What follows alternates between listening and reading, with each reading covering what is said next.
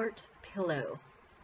This is good for if you have a Portacath, port, whatever you call it. If you've had chemo, a lot of people will have a port for that.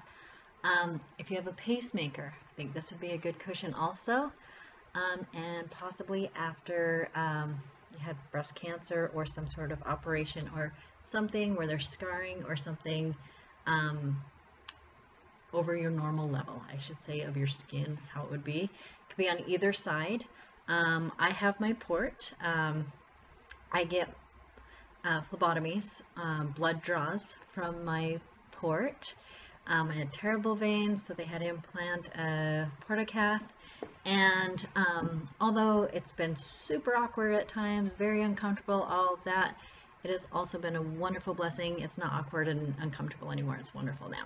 So the good thing is I do have a Portacath for my health and happiness, future, all of those wonderful things. Along with that, there are some things that you have to adjust. One huge one is when you put your seatbelt on in your car. Now, I think it's more common to have it on the right side if you're a passenger. It makes sense, right? So you have your port on your right side. I'll show you. Here's the scar from it, but actually this is the circle of the actual port that you can see. And then you can see a tube go up, and like there. So there's my port, there's the scar, here's the tube, here's the other scar, and you can kind of feel the tube going. Kind of gross. I'm not a big medical person, but that's where it is.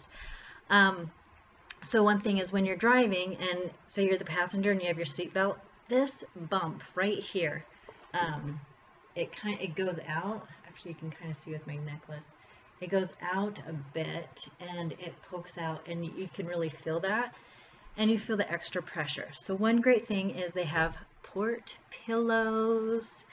And this is wonderful. I read about them before I actually got my surgery, but didn't know how wonderful they were until I got one. Now I know that they do sell them online, and I know some places give them away for free, which is wonderful. So I don't know how you'll get them, or if you're good and crafty and you can sew your own, fantastic. I, for one, just got it from my the place where I get my phlebotomies, because I would like probably like my sister-in-law, she's super talented, she could probably sew me one, but other than, you know, it'd be sentimental of course, but other than that, it's not anything I couldn't get from there. So it was wonderful. This did have a brand name on it. I did cover it because I don't know the brand name or who it is, and I don't know.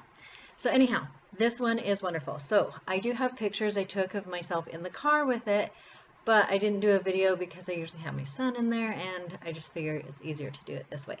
So here's your port pillow. What it is essentially is a cushion, and I like Portacath cushion also, you can say that. And in the cushioning it has Velcro right here on these two tabs, and essentially two strips that go over that. Now when you put it on, the way I do it, and I have kind of an example, so I put this here. You can put your cover here, so you have your port pillow, and then say this is your seat belt, strap it on, right? Put it on, and then you take this and just close it like that. Easy. You can move it up and down to adjust. This is great. It covers this whole area. So even where that tube is going in my neck and the other two scars on top of the port, this thing it's just been wonderful. Now I've seen other seatbelt covers, but they're usually too thin and not cushy. They're kind of like stiff. This has been wonderful because it's got some room to kind of breathe and mold over the port and that whole area. Very soft. They're not super thick, so they're not even awkward that way. I love this. This has been an absolute lifesaver, making things so wonderful. So my recommendation, if you get a Portacath, or even Pacemaker, something of that sort, and things are uncomfortable in the car, do a port pillow. They've been wonderful. I've gone through a couple already, actually.